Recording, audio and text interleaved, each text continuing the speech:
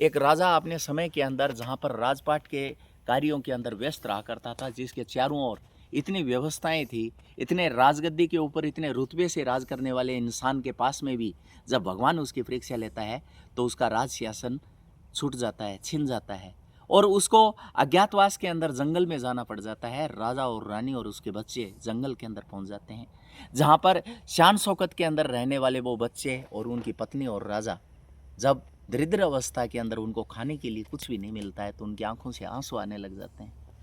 लेकिन फिर भी राजा जो है वो अपने बच्चों के साथ में और अपनी पत्नी के साथ में ये बात उनको बताता है कि सुबह का सूर्य उदय जरूर होगा, हमारे जीवन के अंदर खुशहाली वापस आएगी, इसलिए हमें इंतज़ार करना है, हमें इन समस्याओं से परेशानियों से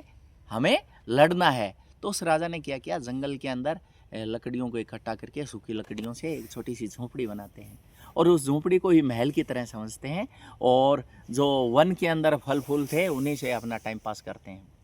समय बीत जाता है, कुछ समय के बाद में किसी महात्मा का उस जंगल के अंदर आगमन होता है। महात्मा उस परिवार को देखता है, दिव्य दृष्टि से देखने के बाद में पता चलता है कि अरे ये तो राजा है और इस राजा के अंदर इस प्रकार का इसके जीवन के अंदर दुख आ चुका है तो ये दुख तो इसको भोगना ही पड़ेगा। उसके अंदर थोड़ा ही समय था तो उस महात्मा ने उसकी झोंपड़ी के सामने आकर के खाने के लिए आवाज़ लगाते हैं कि भाई भिक्षा दो, मुझे खाना दो।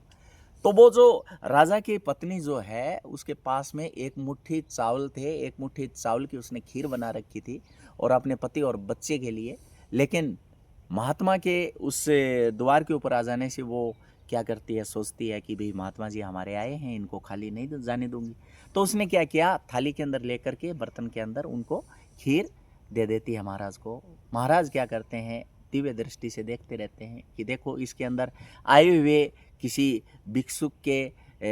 भिक्षा मांगने के लिए इसने ये नहीं सोचा कि मैं मेरे बच्चों को, पति को क्या खिलाऊंगी, लेकिन मन के अंदर एक श्रद्धा थी कि द्वार के ऊपर आए हुए किसी व्यक्ति को हम खाली नहीं लौटाते, ये हमारे मतलब संस्कारों की देन है। तो उसने क्या किया, उनको खाना खिला देती है, वो खीर खाने के बाद में, पानी पीने के बाद में, और वो कहते हैं कि मुझे आनंद आ गया, अब थोड़ा ही समय है, थोड़े समय के बाद में राज आ रहा है आपकी तरफ, राज दौड़ के आ रहा है, खूब आनंद करो। ऐसा कहने के बाद में महात्मा चले जाते हैं और राजा और राजा के बच्चे जो है वो जंगल से लकड़ियाँ लेके आते हैं। तो उस समय आते ही वो हाथ धो करके खाने के लिए जब खाना मांगते हैं तो उस समय उनको खाना नहीं मिलता है,